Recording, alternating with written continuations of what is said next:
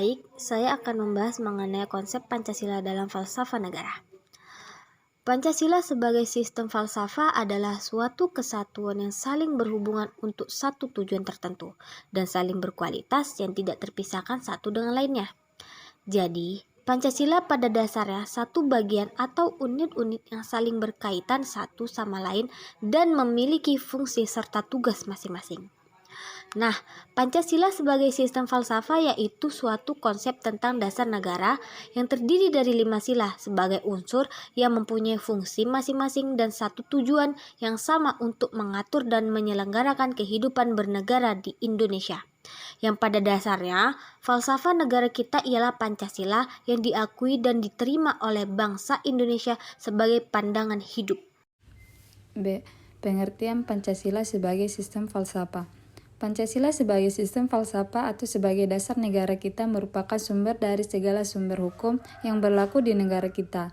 Pancasila sebagai pandangan hidup bangsa Indonesia dapat mempersatukan kita, serta memberi petunjuk dalam mencapai kesejahteraan dan kebahagiaan lahir batin dalam masyarakat kita yang beraneka ragam sifatnya. Filsafat Pancasila adalah filsafat yang mempunyai objek Pancasila, yaitu objek Pancasila yang benar dan sah sebagaimana tercantumkan dalam pembukaan Undang-Undang 1945 alinea keempat. Pembahasan mengenai Pancasila sebagai sistem filsafat dapat dilakukan dengan cara deduktif dan induktif. 1. Cara deduktif yaitu dengan mencari hakikat Pancasila serta menganalisis dan menyusunnya secara sistematis menjadi keutuhan pandangan yang komprehensif. 2. Cara induktif yaitu dengan mengamati gejala-gejala sosial budaya masyarakat, merefleksikannya dan menarik arti dan makna yang hakiki dari gejala-gejala itu.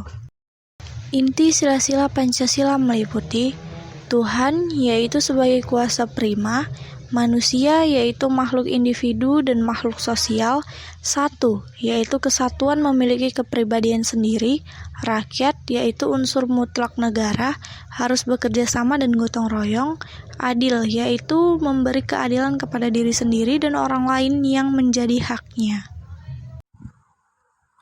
Fungsi filsafat Pancasila yaitu memberi jawaban atas pertanyaan yang bersifat fundamental atau mendasar dalam kehidupan bernegara.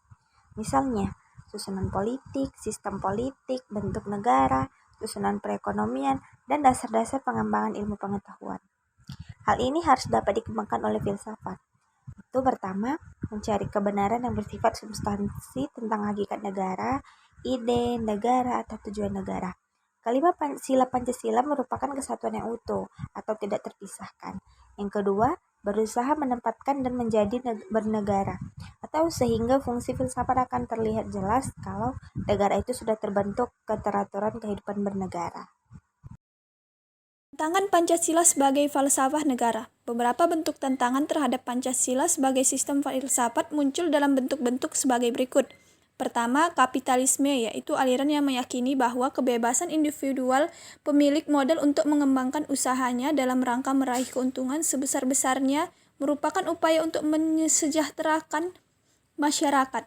Salah satu bentuk tantangan kapitalisme terhadap Pancasila sebagai sistem filsafat ialah meletakkan kebebasan individual secara berlebihan sehingga dapat menimbulkan berbagai dampak negatif seperti monopoli, gaya hidup, konsumerisme, dan lain-lain. Kedua, komunisme adalah sebuah paham yang muncul sebagai reaksi atas perkembangan kapitalisme sebagai produk masyarakat liberal. Komunisme sendiri adalah aliran yang meyakini bahwa kepemilikan modal dikuasai oleh negara untuk kemakmuran rakyat secara merata. Salah satu bentuk tantangan komunisme terhadap Pancasila sebagai sistem filsafat ialah dominasi negara yang berlebihan sehingga dapat menghilangkan peran rakyat dalam kehidupan bernegara.